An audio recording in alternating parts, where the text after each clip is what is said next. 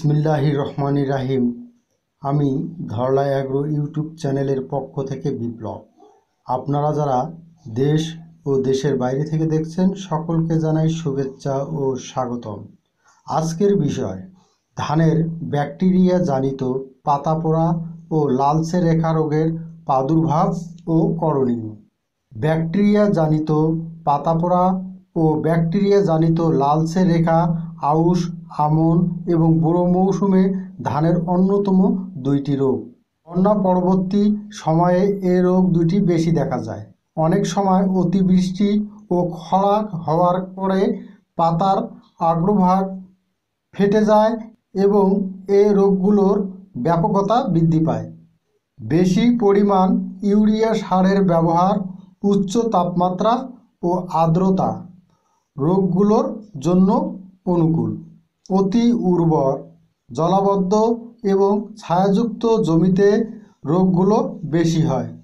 ইতিমধ্যে দেশের বিভিন্ন এলাকায় এই রোগগুলোর প্রাদুর্ভাব লক্ষ্য করা যাচ্ছে। সঠিক সময়ে প্রয়োজনীয় ব্যবস্থা না নিলে এই রোগগুলো ধানের ফলনের ব্যাপক ক্ষতি করতে পারে।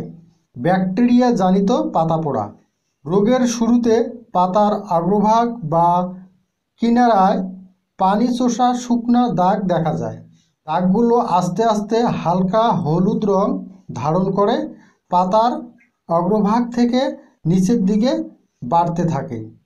শেষের দিকে আংশিক বা সম্পূর্ণ পাতা ঝলসে যায় এবং ধূসর ও শুকনা খড়ের মতো রং ধারণ করে। ব্যাকটেরিয়া জনিত লালচে রেখা এ রোগের লক্ষণ পাতার শিরা বরাবর লম্বালম্বিভাবে লালচে রেখা দেখা যায়। রেখাগুলো প্রথমে হালকা হলুদ রঙের এবং ভেজা মনে হয়।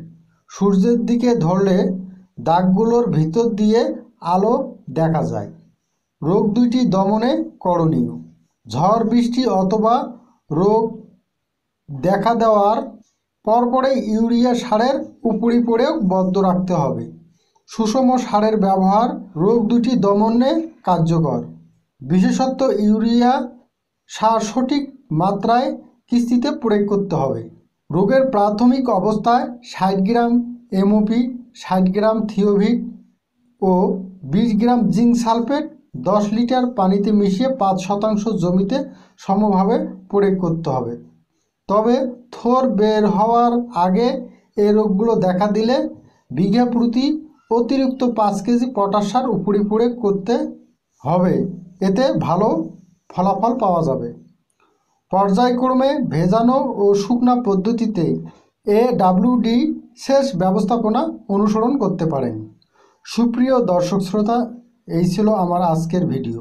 আমার এই ভিডিওটি যদি ভালো লাগে তাহলে একটি লাইক দিবেন এবং আমার এই চ্যানেলটি সাবস্ক্রাইব করবেন, সাথে বেল আইকনটি বাজিয়ে দিবেন।